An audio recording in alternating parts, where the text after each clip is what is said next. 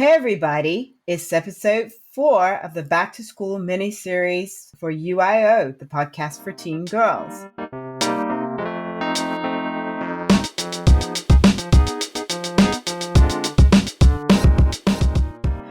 Hugs to everyone, even if they are virtual, and thank you for joining UIO, the podcast for teen girls. It is for you and about you, inside out. I am Sonja Lewis, your host. Today we're talking about a very emotive subject, grieving the loss of loved ones. Though it's important to grieve, the topic often conjures up anxiety and pain, particularly if the loss is recent. And as we continue to experience the effects of the COVID-19 global pandemic, it makes it that much more complicated. So we'll do our best to navigate this space with the utmost care and sensitivity. But do keep in mind as you listen that this is a tough conversation, and feel free to hit the pause button and come back if necessary. To date, the COVID-19 pandemic has claimed the lives of more than 690,000 people around the world. It's a scary statistic that can be compartmentalized when treated as just that, a statistic. But it's not a stat, it's very real. All of these individuals who have lost their lives have left behind grieving family and friends who are struggling to adjust to a new normal without their loved ones. I think grief is an incredibly personal story for each individual. And again, COVID seems to make it that much more complex, if only because the threat that claimed your loved one is still hanging over the world. Also, I need to point out that many people have lost loved ones during this dark era, not directly related, and loss is equally as devastating. And as earth-shattering as the moment we lose a loved one can feel, life goes on and we must reintegrate with society even when we are deeply hurting and struggling to face the world. Here to help us unpack this very sensitive and complex topic is Kristi Hugstad, a grief specialist who suffered loss up close and personal herself. Kristi is an author, podcaster, blogger, and speaker who has been passionately advocating for the stigma to be removed around mental illness, and she offers grief counseling to individuals. Also, she speaks in schools. Welcome, Kristi, and thanks so much for joining us on UIO. Oh, thank you so much for having me. I'm so excited to be here today. Well, thank you. It's a really sad but inevitable fact of life is that grief will affect us all at some point in our lives. It's one of the few certainties, yet it nevertheless always packs a knockout blow when it comes. And with a high proportion of the people who are lost to COVID being over 70, it's likely that our teen girl listenership will be hurting from the loss of a treasured elderly family member. They are likely to have lost someone or to know someone who's lost someone. And of course, there are many deaths unrelated to COVID have occurred as well during this time, and it's just so complicated. And there's so many symptoms of grief that really hit us hard, and it seems to come and go and can be incredibly confusing and stressful. I have lost both of my parents and my father most recently, and it's really perplexing. And so I'm just really excited to have you here to talk to us about what grief actually is. Are there stages we go through? Are they in any kind of order? What is it really that we're going through when we're grieving? Well, grief by definition is the normal and natural reaction to a loss of any kind. And it's not just about death. And I think that's why sometimes we have such a hard time. There are secondary losses that go with the loss that you're grieving. So, say, for example, you lost your mom. But the secondary losses that you might also experience would be when you are going through a stressful situation in your life. You are so used to picking up the phone and calling your mom. You can't do that anymore. So they're kind of showstoppers that keep happening. And it's not actually the primary loss that you're grieving, which would be the death of your mom, but these secondary losses that keep appearing. You may be watching a commercial. You may be in a grocery store and you see somebody that looks like your mom, and it stops you dead in your tracks. that's why grief is so complex, because people think there's a beginning and an end, and it doesn't work that way. It's grief Mm, is a journey, it's not a destination, and it doesn't end. It just keeps changing. And, when you were talking earlier about it's a tough subject, but it really doesn't need to be. If we would start teaching our children and giving them tools as young people and letting them know it's natural and it's normal and it's okay, then when the inevitable does happen, you at least have some tools to move forward and to deal with it. I'm really so interested and very excited to hear more about many of these tools because, as I said, having lost both of my parents, I certainly have found myself in a very difficult space. I think that's so key what you said about it being a journey, not a destination, because it's so true. I tell myself, when is this going to be over? And my mother's been gone for 4 years. And I do realize that it is a journey. And it's so true what you say. It is that secondary loss, the reminders. I think grief is an incredibly personal story for each individual. I see it in my own family. What are your thoughts on this? Well, we all grieve differently, and we need to respect that about each other. So let's say, for example, you have nieces or nephews, and they're going to grieve, number one, according to their personality. But most importantly, you grieve in relation to the relationship you had with that person that died. It was your mother. So that also, when your parents die, it's like, am I now at the top of the tier here with my family? And it also makes you feel like you start to look at your own mortality. Death is very real now because you never really, as a young girl, think you're going to lose your parents. So your nieces and nephews and your other family members will respond differently. And that needs to be respected because their relationship with your mom was different. They may have just seen her only on holidays once or twice a year.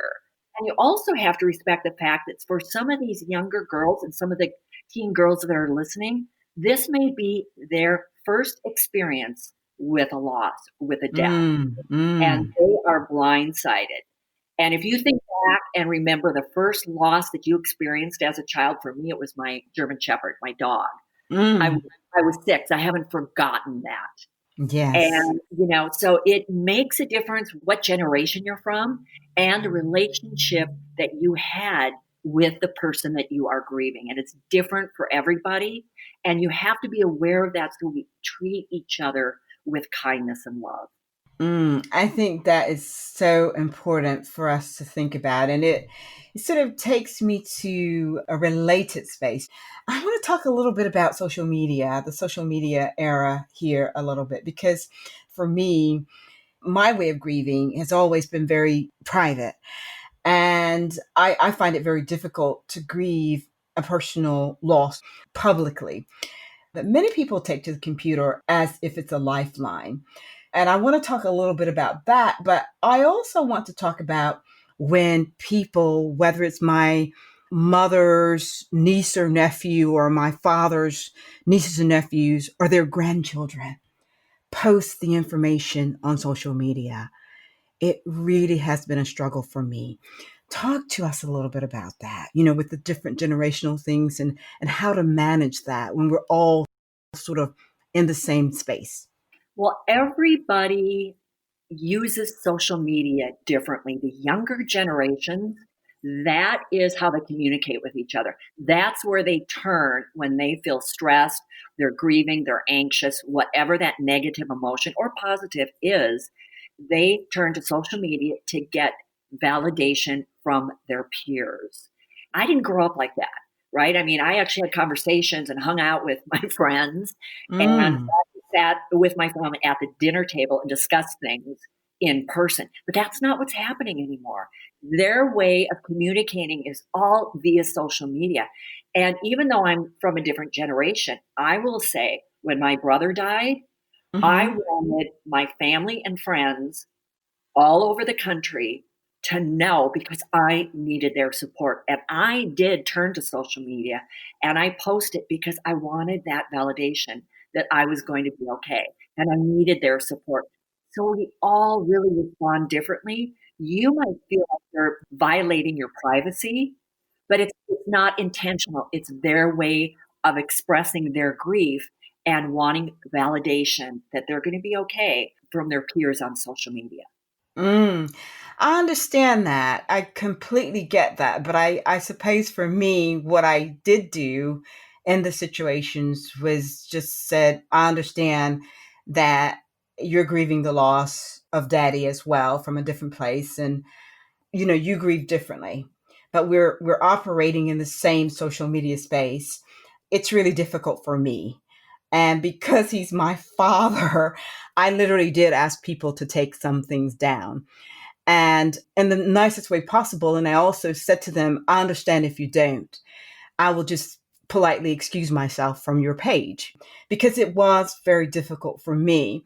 And I'm wondering what the happy medium is because I do understand that it's validating to people. But I think that what a lot of people want to do is they want to extend their condolences and they want to provide comfort and so forth and so on. And it's just, I don't find it comforting at all to see my father's name over and over again on social media when I just had recently lost him. Right. But here's a really good way to mitigate that. For example, let's say your nephew is doing that. Mm-hmm. What you do is you approach it, you start with a positive and you say, you know what, Jason, I know you are really hurting. We all are. And I know that's your way of expressing your grief because you want that comfort and validation from your peers. But I just want you to know that that's hard for me because that's not how I'm choosing to grieve. And it kind of hurts me when I see that. So I'm just asking you to be a little sensitive because it is my dad. So when you post those things, maybe you could even run it by me.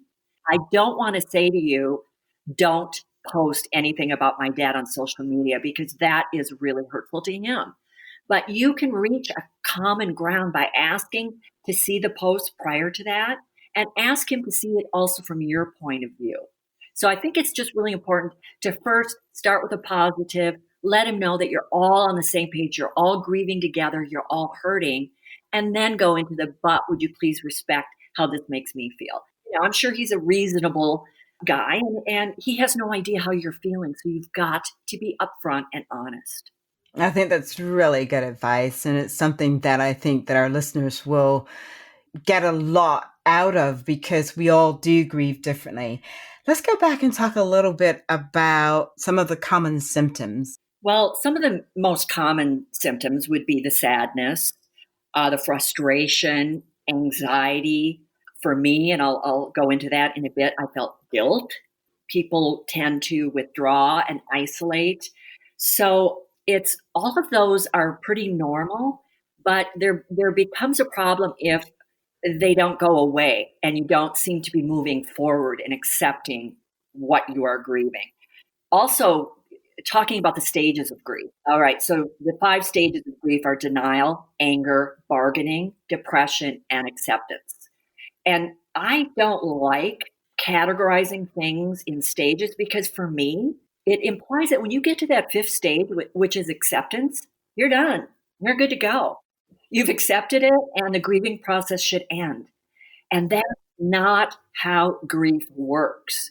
So I like to think of them as common responses because my grief did not look like that.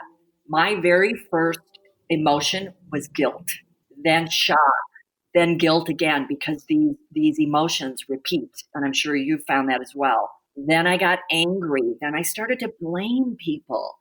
Then I got depressed. Then I found acceptance. Then I got angry again.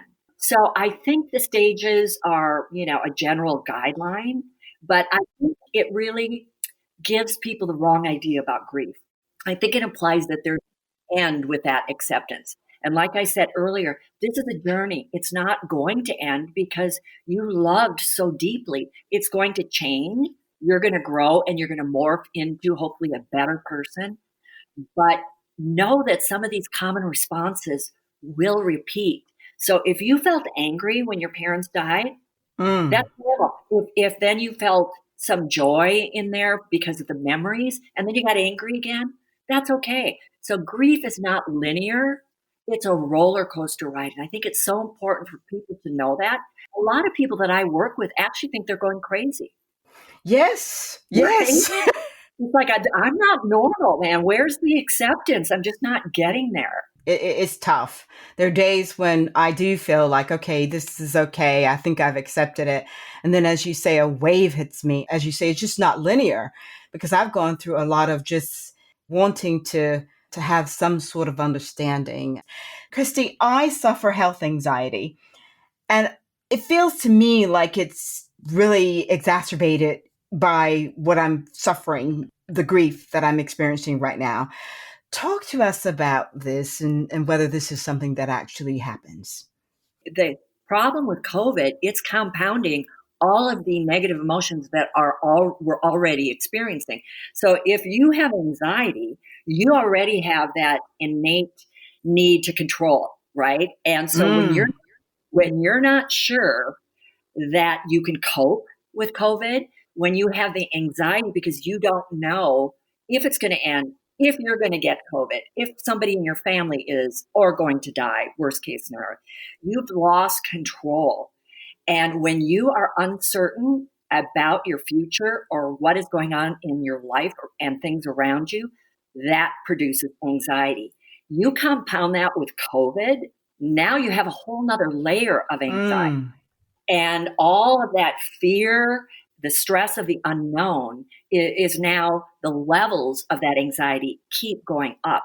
So anxiety isn't something that's just going to go away on its own. mm-mm. You need to work on it. You need to talk about it. You need to get to the bottom of what is causing your anxiety, because there is also a guarantee that there's going to be more stress and anxiety as you go through life. Yes, this is so key, what you said about talking about it and getting through it. And you talked about that a little bit earlier. We're all going to go through grief and it's not linear. I want to talk a little bit about this lethargy that people can feel. What advice do you have for how do we get ourselves out of this stupor? I mean, I know that we have to go on this journey, but taking that first step to sort of, okay, I've got to go back to school now. I'm going back to work. I've got to do this. Well, I think the best advice that I can give your listeners is that you have to act as your own best friend. What would your best friend right now tell you to do? And that would be kind to yourself. Take one day at a time. Just get through tomorrow, right? Don't say, oh my gosh, this is going to go on for months. I'm never going to get back into the swing of going to school and being able to, communicate with my friends, or my grades are going to slip, right? So just take one day at a time. And I know for me, just to kind of put this in perspective, my husband died by suicide by running in front of a train that his father was on. Okay, so I thought I was pretty emotionally healthy. I did not take a shower, wash my hair for 10 days. Mm, That task was too overwhelming. And now looking back, I'm thinking, that's not, that's really, really a long time. But it was all I could do to get mm. out of bed, go to work for a couple hours. I took a couple weeks off, maybe make some food, start making plans. I had a support system of my sisters and my mom, but I really didn't have the energy to actually take care of myself physically. So Mm. what I did is I thought, okay, I'm going to be kind to myself. Tomorrow, my goal is to take a shower. Yes. It sounds so basic, but that is how grief knocks you flat on your back and it starts to turn into depression. And know that it's okay. But if this kind of behavior goes on for, say, 6 months or more, that is an indicator that your grief is not normal and you do need professional help. So, the best advice I can give you is be your own best friend. Treat yourself with kindness, take things Mm. slow, set your goals to the basic minimum. That's absolutely great advice. Sometimes we are not kind to ourselves. We say to ourselves, I should be able to do this. But what you're going through, what you were going through and what people go through, it's heavy stuff. It's major. And you talked a little bit about support systems, Kristi. As our teenage girls listen, what can parents do to support their children at times such as these? Well, I think first and foremost, just be there and listen. Don't try to fix it. Don't give them advice like, don't worry about it. You're going to be fine. This is temporary. Get back to school. Don't do that. Sit and listen. Be a heart with ears. They need support. They don't need to be told what to do. So don't try to fix it. So the three things, the steps that parents can take, I like to think of as notice, ask, and provide. Notice changes in Mm, behavior. Are they sleeping too much? Are they not sleeping at all? Are they constantly eating? Are they not eating at all? mm, Hygiene, are they not taking a shower? Do they not care about their personal appearance? Are they dressing sloppy? Have their friends changed? Ask questions. Are you okay? How can I help? Let's talk. I'm here for you. We're going to get through this together. And the third step mm, is provide.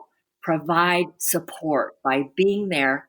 And if these changes that I just talked about don't start to improve, your child may need professional help and you need to be aware of that. So don't dismiss all those changes in behavior, especially if they go on for long periods of time. mm.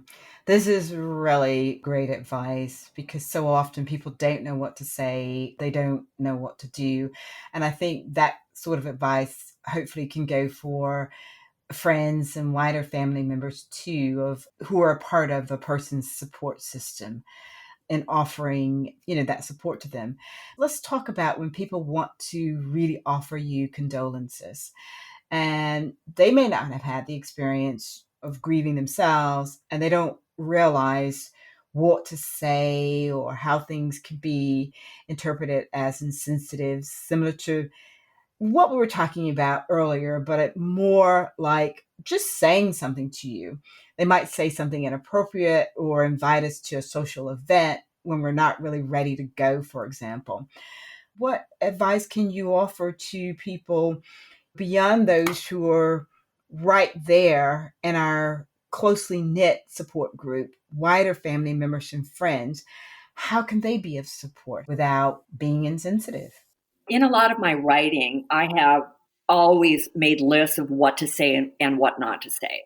But I really do feel differently now. But I'll just give you some examples of things that you really can't go wrong by saying. Just, I'm sorry for your loss. Or I wish I had the right words, but just know I care. I don't know how you feel, but I'm here to help in any way I can. Or this is what I really liked because my husband's name was Bill, and people would say, you know what, my favorite memory of Bill was, and it would make me smile. Or I'm here for you. You don't have to say anything. Sometimes just go up and give him a big hug. But things that are not helpful, which almost kind of minimizes your loss, is, well, at least they lived a long time. That would be like somebody saying that about your parents, And they do. right? Or he's in a better place. Yes. If you tell a teen or a child that their grandmother or their loved one is in a better place, they want to know where that is because they want to go. And another one that I really don't like is everything happens for a reason. And when you're in that dark place of grief, you want to know what that reason is, right? That's so true. Yet you are hurting so deeply that it almost is dismissive. So in some of my writings, I've listed what to say and what not to say. But speaking now from personal experience, the worst thing that you can do is to do or say nothing. I think that is so key.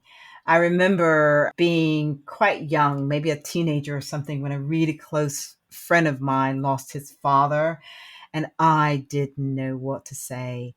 And I contemplated saying and doing nothing. But even in my immaturity, in my youthful age, I worked it out that I had to do something. And so I just called him and we were sort of quiet on the phone for a little while. Well, and you know what's interesting? And I think this is human nature, but I'm going to own it. I remember who didn't come to Bill's memorial. Yes. I remember more who didn't show up to support me than who was there. That's true with weddings. It's like, if I didn't show up at a wedding because they didn't think they'd miss me, later on they'll say, where were you? Human nature, they notice when you do nothing. And I am owning that myself. And it's hard not to feel a little bit of resentment towards those people. The worst thing you can do or say is to do or say nothing. And you know what? You're right. It's awkward. You can say, he's in a better place, whatever. That I've grown to not be offended by that. At least they're trying. So you also have to give the person that's trying to comfort you a little bit of slack. Yeah, I mean, that's really my next question. Is there anything that we can do as the person who's grieving to help navigate this tricky space? Because when someone says something to me that is offensive, I am getting to the point now where I'd rather feel sorry for them. And sometimes I'll just say, I don't want to talk about it or something like that. But is there something that we can do or say to help out? Because they really are trying. Yes, they are trying. And you know what? Sometimes as the griever, we need to take the lead because they are so uncomfortable and they don't have the right words. They're showing up. They're there with you face to face. And sometimes when somebody does that, I will say, I'm so glad you came. It's so great to see you. And I'll give them a hug. And it takes all of that weight and pressure off of them. So I think sometimes it's good that we can meet them at least halfway and make them feel comfortable because it's awkward for them. Yeah, no, that's really good. Let's move on. During this whole pandemic and everything, family members were kept away from hospital rooms the world over. I couldn't travel to the US, for example, didn't even get the opportunity to attend my dad's funeral. And I know some adjustments were made here in the UK to mitigate the situation, ensuring that people didn't die alone and families got to go and say goodbye. Like one person could go in the hospital room. You had to self-isolate for like 14 days afterwards. But I have a friend who had that experience with a parent. And people, whether they had COVID or not, that was the situation. You couldn't travel, you couldn't go in. And so talk to us about how important it is to say goodbye and laying a loved one to rest. And how do we get that goodbye if we can't get it while the loved one is still with us? And I know that, you'll have some advice for us on that because of your own personal experience. Well, I think the most important thing is to not focus so much on their death, that day that they died. I wasn't there. I didn't get to say goodbye. Because the big picture is how they lived. It took me a long time to be able to get all those triggering thoughts out of my head and realize, I need to let go of Bill's death and focus on the memories and the love that we shared while he was here. That takes a while to do. You've got to train yourself to stop those negative thoughts from coming. So it's more about your relationship that you had with your loved one that has died. And those memories will bring a smile to your face. Don't put so much emphasis on, I wasn't there when they actually died, because that's not the big picture.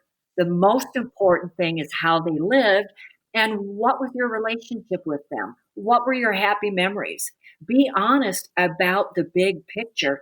Remember the good, the bad, the ugly, but remember it as a whole, not just one day that you couldn't say your goodbye. So you can say goodbye afterwards. I talk to Bill. I see signs. I see people that look like him. It makes me smile. You can have your own ritual. You can light a candle on special holidays or on their birthday or any important day that you had between yourself and their loved one. So create rituals, write things down, journal, write them a letter. That is so key because particularly during this time when there's restricted movement, that you can do things from right where you are. You can journal, you can have these wonderful memories and just focus on that. And I think that's so key. Such great advice. This has been a wonderful, wonderful conversation and so much great advice. But before we get out of here, Kristi, I want to know if you have any other tips for our teenage girls who might be dealing with grief. Well, I just want to let them know that don't be afraid of grief. Don't stuff it. Don't pretend you're not hurt. Let it out. Cry, scream, do what you need to do, but express your grief in whatever way you need to, because it doesn't go away. It will sit and wait for you. So whether you want to express it in a creative way, or you want to write, you want to paint, you want to draw, you want to go in your bedroom and put your face in a pillow and scream, do it. Don't stop it, because you will keep moving forward in your grief journey. And also know, be kind to yourself. Like I said earlier, be your own best friend. Don't be so hard on yourself. This is a hard time, and grief is difficult. And also know that you will grow as a person as a result of all your struggles. And also, I want you to know that your journey through your grief is going to change, and you are going to change with it. And all that is a really beautiful thing. That's amazing. Don't be afraid of your grief and express your grief in whatever way you need to. And that's great advice for all of us. Thank you so much, Kristi, for being our guest on UIO.